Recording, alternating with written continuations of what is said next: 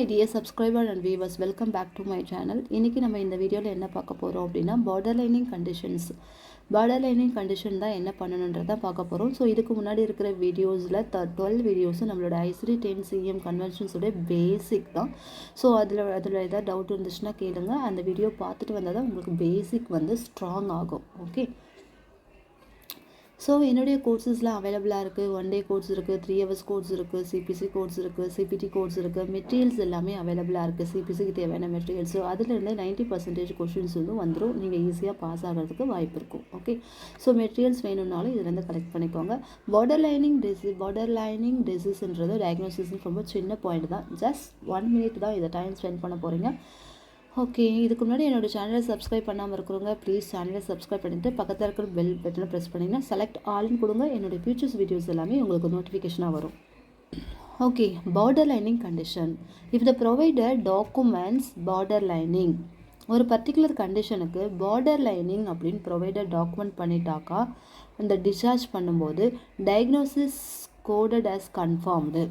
So unless the clarification provided specific entry. So நம்ம specific என்ட்ரியே இருக்கும்.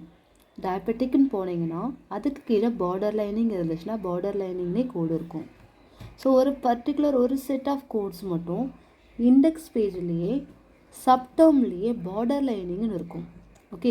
So ப்ரொவைடருடைய documentation final அசஸ்மெண்ட்டில் ஒரு condition borderlining diabetic ஒரு particular condition அப்படின்னு இருந்துச்சுன்னா அதுக்கு சப்டம் லீட் ஆகுதா, இண்டெக்ஸ் பேஜே லீட் ஆகுதான்னு பாருங்கள். ஸோ இண்டெக்ஸ் பேஜே நம்மளோட ஐசிடி-10 இண்டெக்ஸே என்ட்ரியிலே நம்மளுக்கு வந்து borderlining அப்படின்னு இருந்துச்சுன்னா நம்ம borderlining கண்டிஷன் எடுத்துக்கலாம். Okay. if the borderlining condition has specific index entry it should be coded as such. அதை மாதிரியே கோட் பண்ணிக்கலாம்.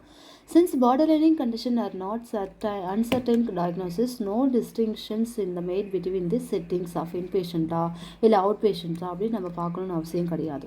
ஸோ whenever documentation வந்து borderlining கொடுத்துருக்காங்க, நம்மளுக்கு இண்டெக்ஸ் பேஜ் கரெக்டாக borderlining லீட் ஆச்சு அப்படின்னாக்கா நம்ம borderlining இண்டெக்ஸில் லீட் ஆகிற அதே கூட அப்படியே கோடு கொடுத்துக்கலாம். ஸோ அந்த borderliningக்கு ஓகே இது borderlining இருக்குது அப்போ நம்ம கோடே கொடுக்கக்கூடாதான்றதுலாம் கிடையாது. கோடு கொடுக்கணும். இண்டெக்ஸில் என்ன borderliningட்டு சப்டர்மே லீட் ஆகும் அந்த கோடை கொடுத்தா போதும். Okay. So whenever documentation unclear regarding borderlining பற்றி கிளியராக இல்லை அப்படின்னாக்கா டாக்டரை கிட்ட query பண்ணலாம். ஸோ இதில் ஏதாவது டவுட் இருந்துச்சுன்னா கேளுங்க. நெக்ஸ்ட் வீடியோவில் நம்ம என்ன பார்க்க போகிறோம் அப்படின்னா சீக்வன்சிங் ஆஃப் தி எக்ஸ்டர்னல் காசஸோடைய சீக்வன்சிங்கை பற்றி பார்க்க போகிறோம். Okay guys, thank you for watching my video. Thank you so much. Bye bye.